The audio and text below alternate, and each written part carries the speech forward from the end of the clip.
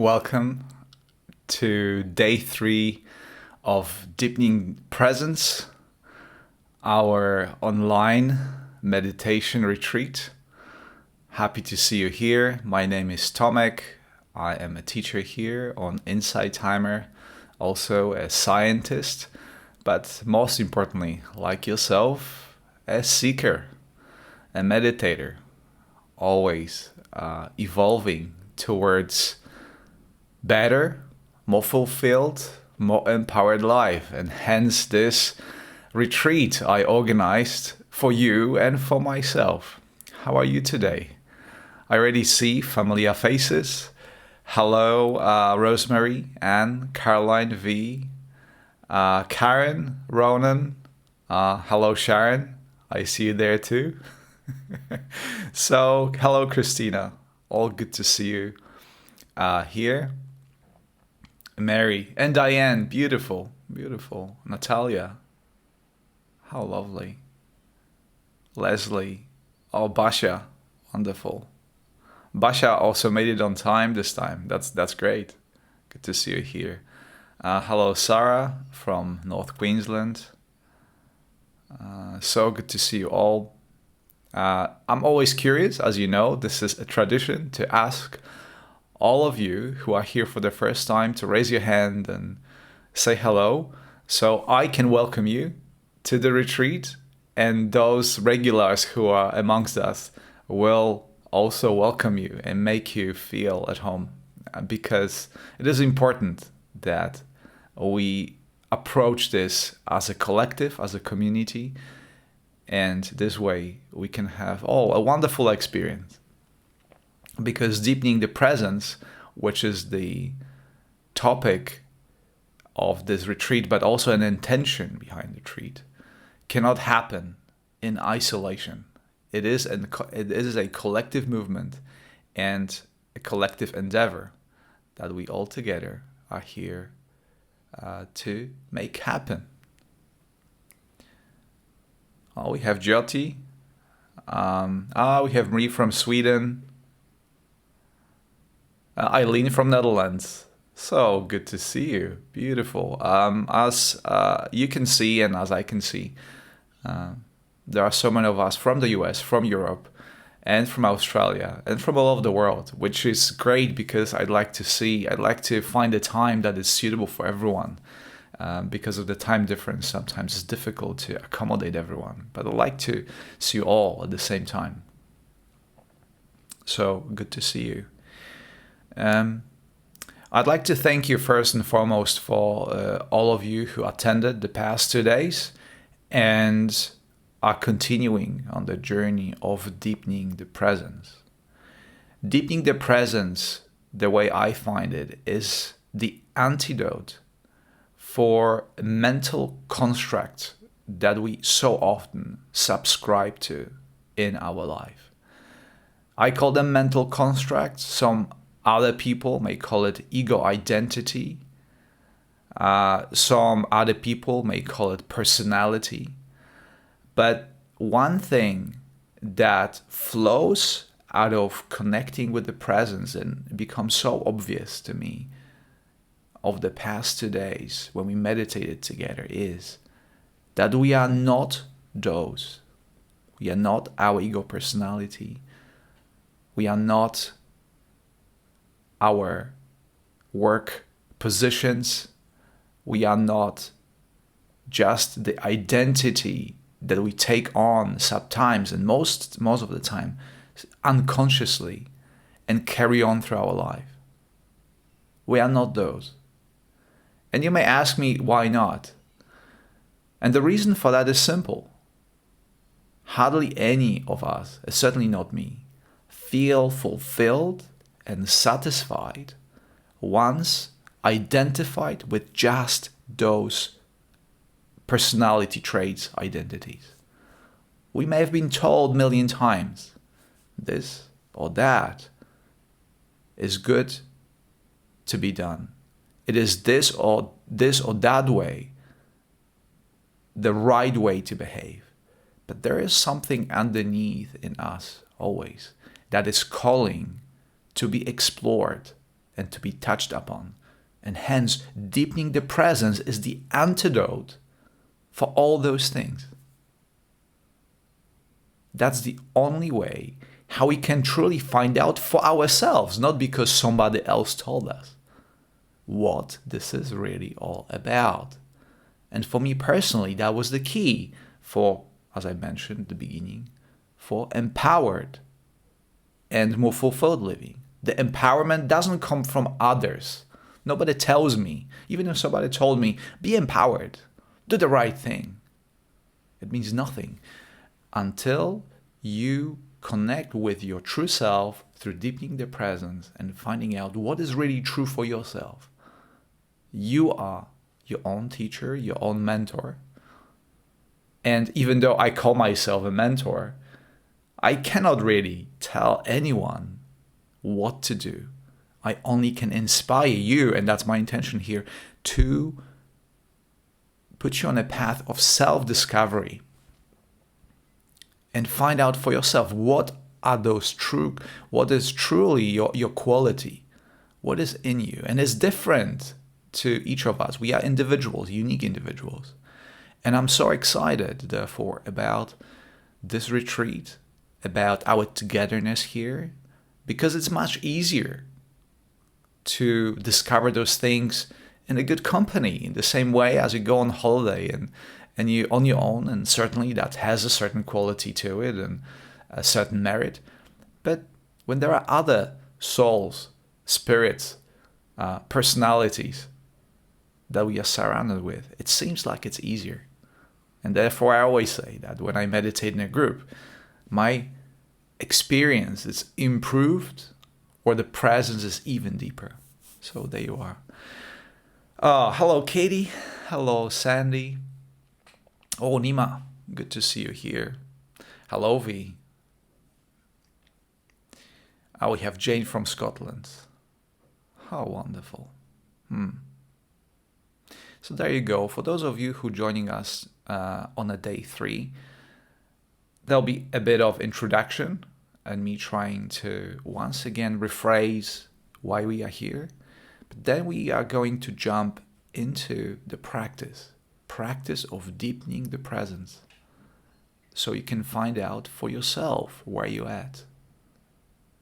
And in the spirit of what I just said, you will very soon find out the moment you start practicing all those thoughts, the inner dialogue, all those things that you've been unconsciously practicing throughout your life, and you do practice throughout the day, will come forth in a shape of bodily sensations, maybe an ache, maybe an itch.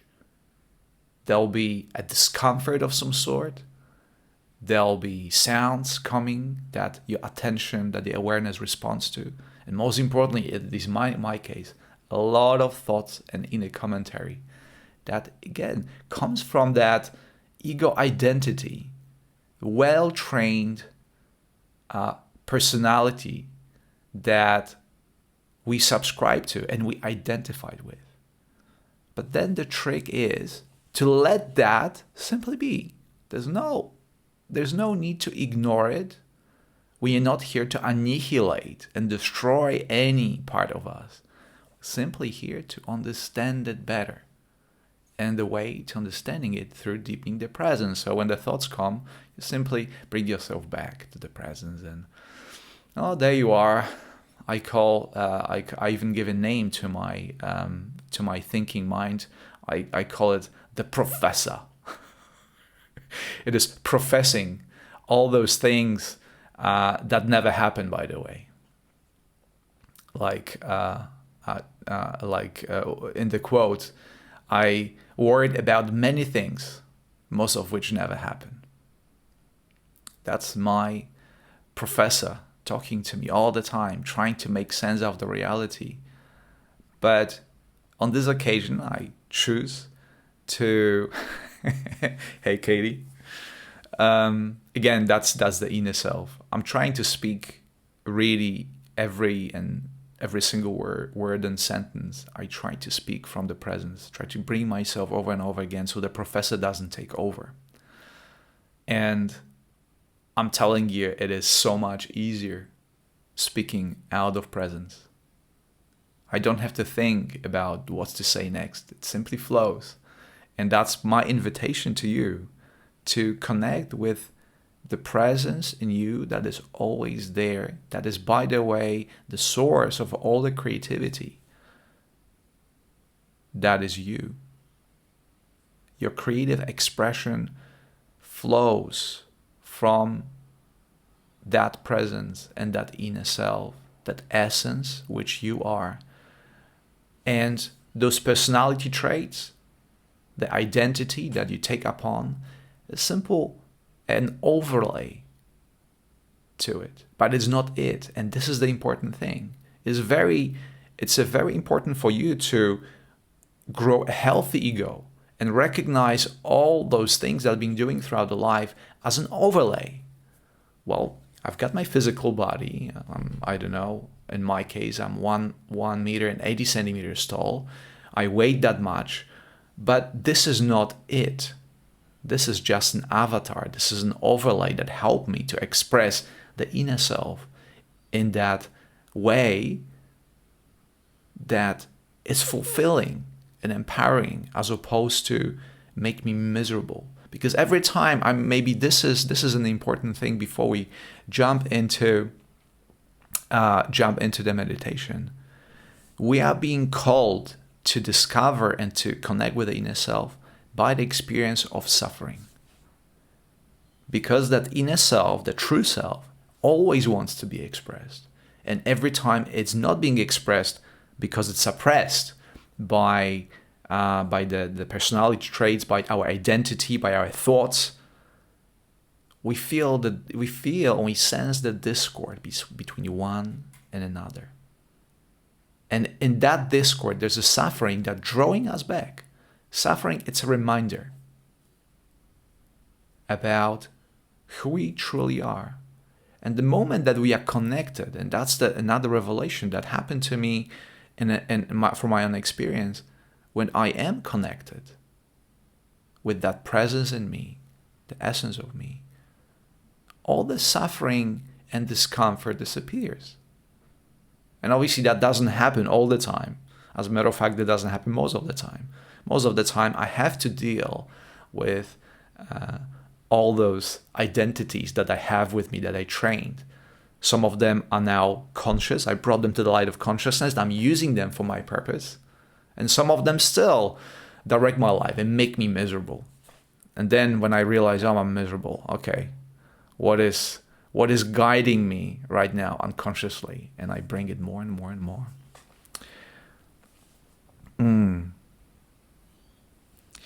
So yes, that's what it is. Suffering is the reminder that perhaps we are not truly yet ourselves, and we're not coming from the place of the self, but perhaps we are subscribing to something that's been taught that is us, but it is not. That's where our retreat comes handy. Okay.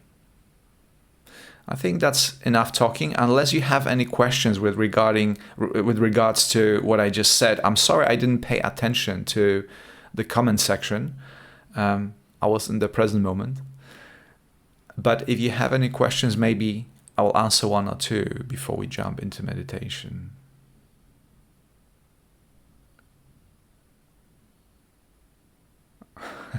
Nima says, please don't say itch. My ego acting up now. Yes, my ego is acting up most of the time as well.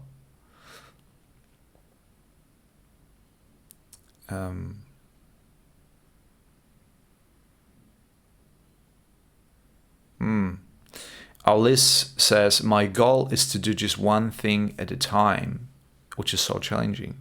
Absolutely. This is a great point, because we've been taught that multitasking is a positive trait, even though science shows clearly that multitasking is a horrible thing to do. It actually, all the experiments that were done to show how multitasking works show that we even doing two things simultaneously, we are inefficient in doing either of those. So, and this is something that we believe. Again, it might be a belief, a limiting belief system or limiting belief. It might be a thought pattern that if I do many things at the same time, I'm going to finish them much quicker, which is simply not true. But if you believe it, you will still struggle doing the very same thing.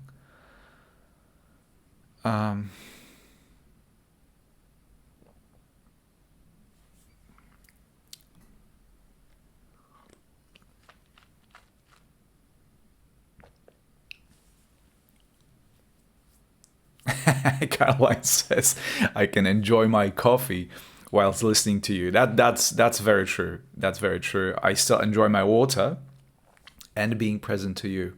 So yeah, if that's what you call multitasking, then indeed, I just finished my coffee and I was able to enjoy it. But the truth is, even if you think about it on a deeper level, I take it obviously as a practical joke.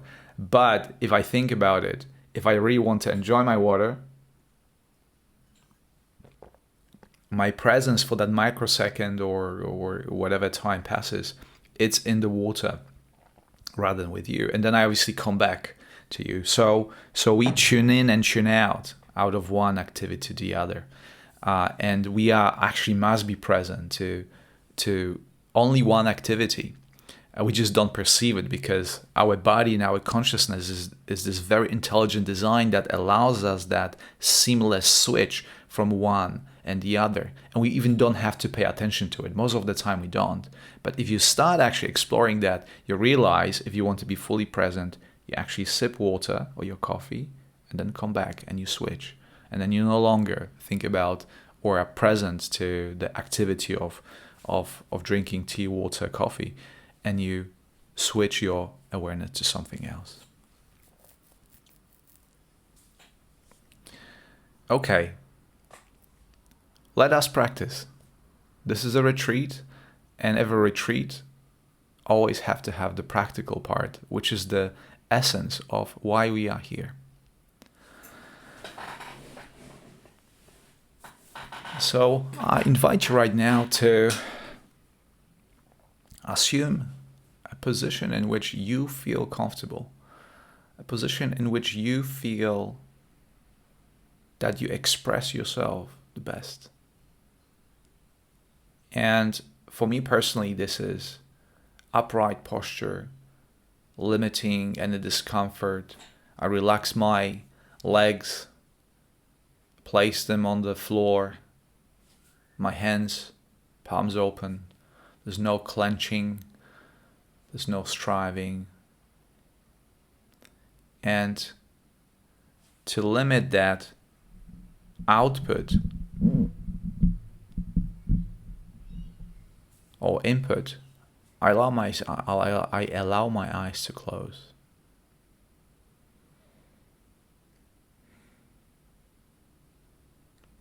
And the moment I close my eyes, almost automatically my gaze switches inwardly. I immediately start being aware of the inner senses, letting go of my 6 usual senses, or at least deeming them for a moment, and direct my gaze inward. And I recognize there's an entire world in there. The world that usually I'm not aware of, the world I do not pay attention to. However, the world that is as important as anything else that happens to me.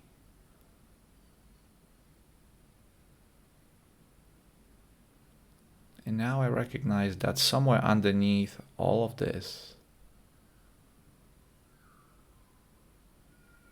there is presence. And I intuitively sense it as a substance of a sort. It's subtle, but it's there.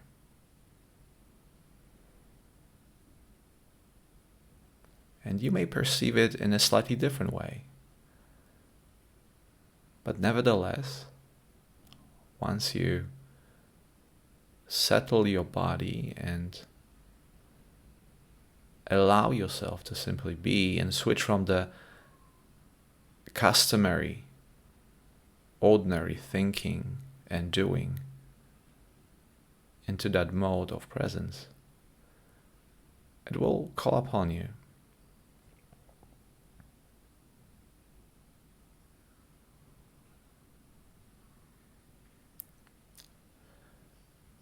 And I begin that journey inward by simply setting an intention that that's where I want to be and that's where I want to go.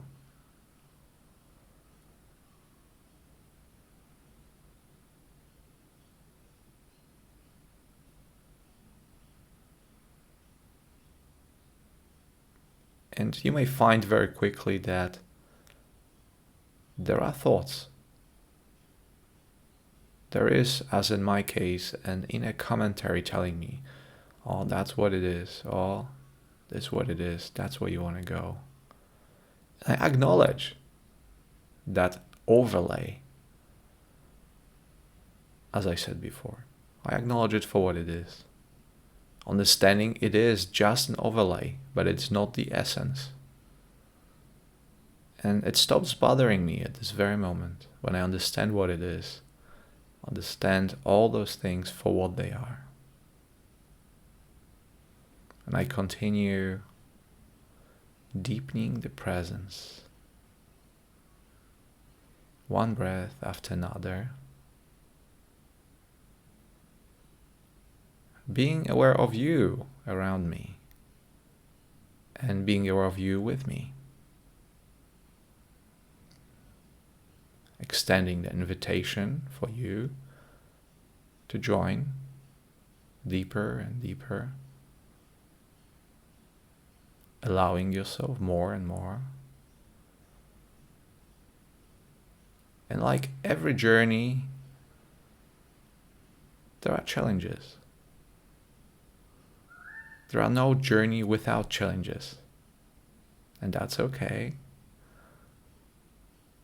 Because it's much easier to take upon yourself those challenges when you are in a good company. You feel empowered by your presence. And I'm also holding the space for you, and I am by your side to assist you if you need me.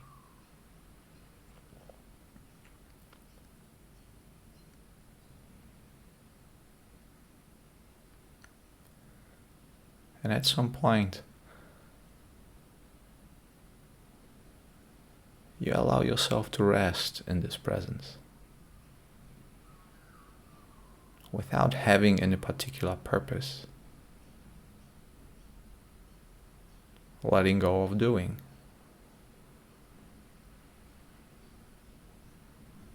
Even though your mind tries to tell you otherwise.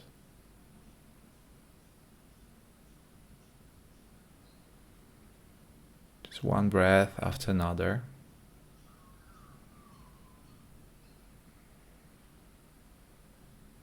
Because you can find presence in everything and anything.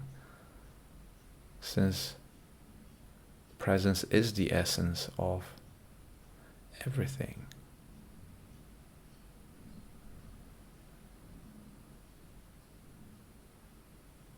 And everything flows out of presence.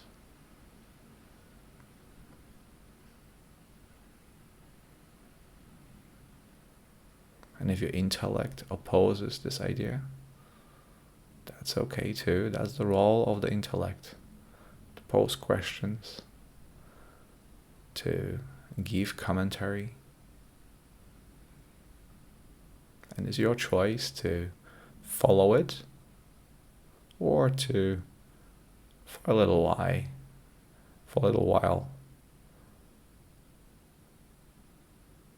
let it just be outside, on the outskirts of the presence.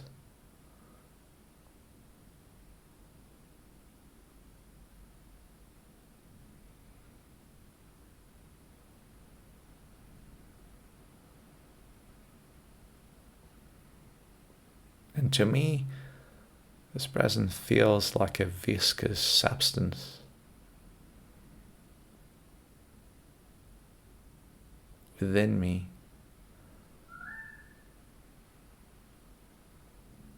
pervading every single cell, every single organ.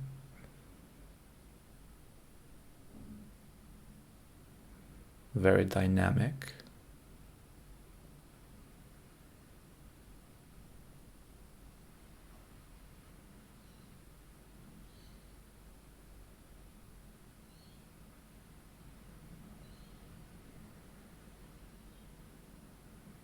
Expanding more and more.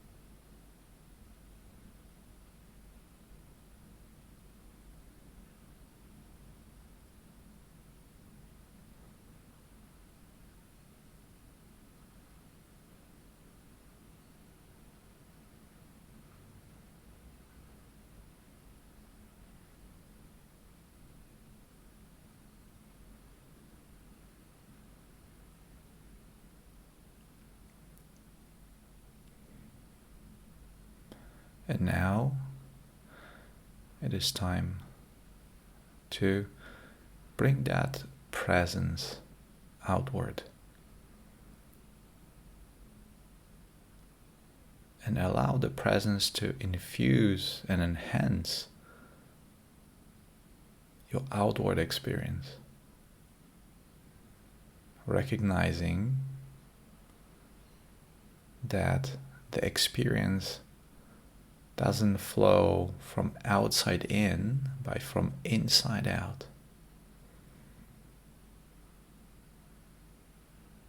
So being in the present moment, direct your gaze outward towards the space that is around you,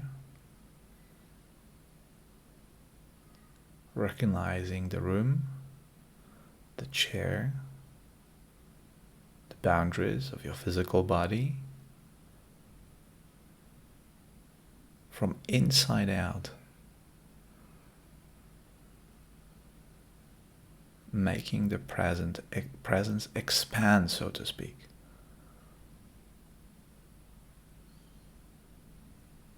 It appears to me as if I'm waking up from a different place to the physical reality around me. And I ask you to engage with your physical senses once more. The sounds, sense of touch, your sight, even though your eyes are closed.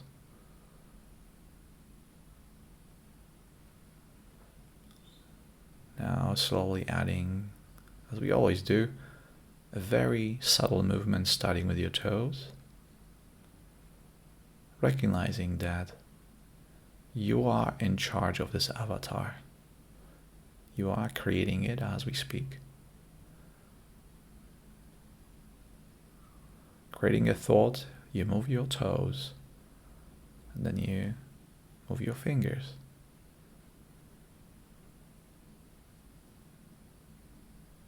And then slowly and gently tilt your head to the left, feeling heaviness of your head supported by the muscles in your neck.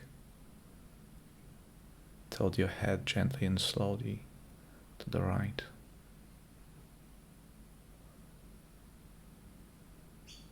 Back to the center.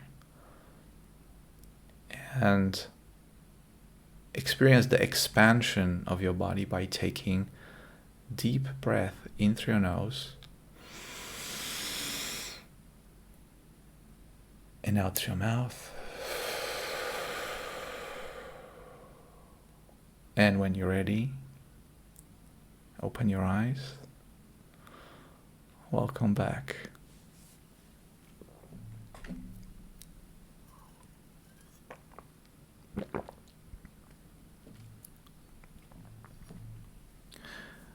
Thank you. A truly deep and wonderful experience for me.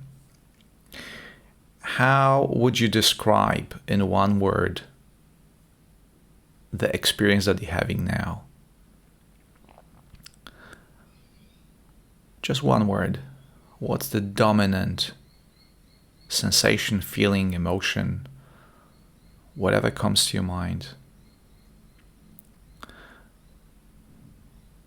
Ronan, soothing. Tamara, peace. Basha, calm. Karen, calm. Liz, grounded. Desiree, easy. Sarah, hope. Very nice. Caroline, togetherness. Nima, difficult. Nora, understanding. Jane, peaceful. Monica, space. Jyoti, quietness. Diane, enlightening. Katie, calm. Karen, total peace and relaxed. Jessica, safe. Natalia, content. Sharon, whole. Wow. Nadine, peace. As you can see, one of the most incredible things I found meditating together is that our individual experience is so unique and exactly what we need. If I tell you right now, be peaceful, be happy, be such and such, it means nothing. What I want for you is not important. What you need that comes from within, that's the essence. That's the true value. Your needs are being met when you connect with the presence, when you deepen the presence, and they come as a form of peace, wholeness, calmness, sometimes as a form of difficulty that helps us to recognize that perhaps whatever we do, it's not completely aligned with who we are. So many different things. And there are challenges.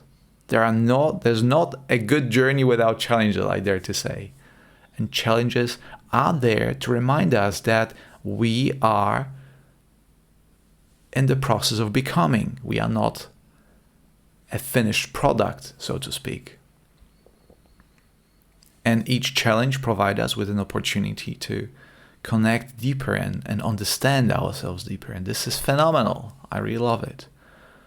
And sometimes it comes as a challenge. But when I sit with you here during this retreat, I welcome those challenges. They seem to be easy. I'm thankful and grateful almost for those thoughts. Oh yeah, that's my inner self. But it's so easy for me to just recognize it and say, but it's easy to face this challenge this time.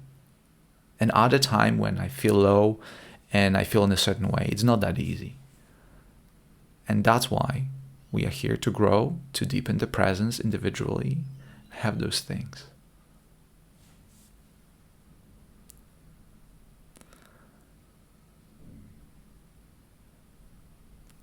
Liz, thank you so much for your kind support. By the way, I always appreciate all your donations. I know you always donate when you have a good time, and this is an indication for me that this session is of value. Not because I received donation, it's just a simple expression of something that you experience here, and that's wonderful. Thank you. I'm grateful for that too. But the most important thing here is your personal and unique experience. Because I believe in this world there's nothing more important. There's no more important currency than your attention. And your attention that you direct inwardly will pay, quote unquote, thousandfold to you, to me, to people around you. The money on your bank account cannot buy any of that experience. This experience is free of charge. It is your attention that is that energy, that is the mental currency. That's the only currency that matters. And I had a wonderful time thanks to you being here. Thank you, V. So again, that monetary donation, I always perceive it as just another overlay that I'm appreciating and I'm grateful for, but I don't want to overemphasize it. Right? This is the belief systems that we create around us. One of those that money is everything, and every time that we lack of thereof, we feel miserable. But then I sit to meditation, and there wasn't a single instant that I thought about physical money. There wasn't, because you realize when you connected with yourself that the hierarchy of the importance changes, and have that realization is very important. Sometimes you realize that all those things that you were striving for, working for, are actually not that important. That everything that you hope for, you wish for, how you feel, how you are, the state of being, you didn't have to pay a penny. You just need to pay attention. You see what I did there? Nevertheless, I appreciate it. Don't get me wrong. Ellie says, I had a dog escape. Great escape, dog escape, and then got back. Geesh. Yeah, good. Thank you for being back. Sarah says, my donation never shows in real time. Thank you, Sarah. I understand that. That's the problem that has been raised by many teachers to Insight Timer. It's the technology. But again, Sarah, I'm sure it will come through, and even if it doesn't, I'm sure it does. But even if in that case it wouldn't, you being here, it's absolutely enough for me, and I'm truly mean it. That knowledge that flows out of this experience and out of meditation that we just had. Mary asked, do I have a bird? I have 1,000 birds outside of my apartment. I feel so grateful and blessed with the nature that surrounds me. There are kookaburras, there are magpies, there are lorikeets, abundance of wildlife, and they usually make quite a bit of noise when sun is rising. They're waking up with the sun usually. So yeah, I don't have a bird in my apartment, that outside of it there's quite a few of them. Okay, so as we come to the end of this session, as always, I want to thank you for your presence, for your commitment to this retreat. And as I said before, we have 5 days to deepening the presence. Things don't happen in an instant, but 5 days is enough to give you and lay out the path for deepening your presence and deepening the connection with the self. That's my intention. One of meditation, sure, you may have a glimpse, but over 5 days, that's already, quite a bit of time spent with the intention of connecting. And I believe the results will be significant if you abide this commitment, if you carry on. And hence, I very much look forward to our session tomorrow, the same place, the same time. And if you wish to receive a reminder, after end of the session, you most likely will be shown day 4. Just click attend button, and if you receive notifications, you will receive a reminder about the sessions tomorrow and on Friday my time. That'll be Thursday in the US, I believe.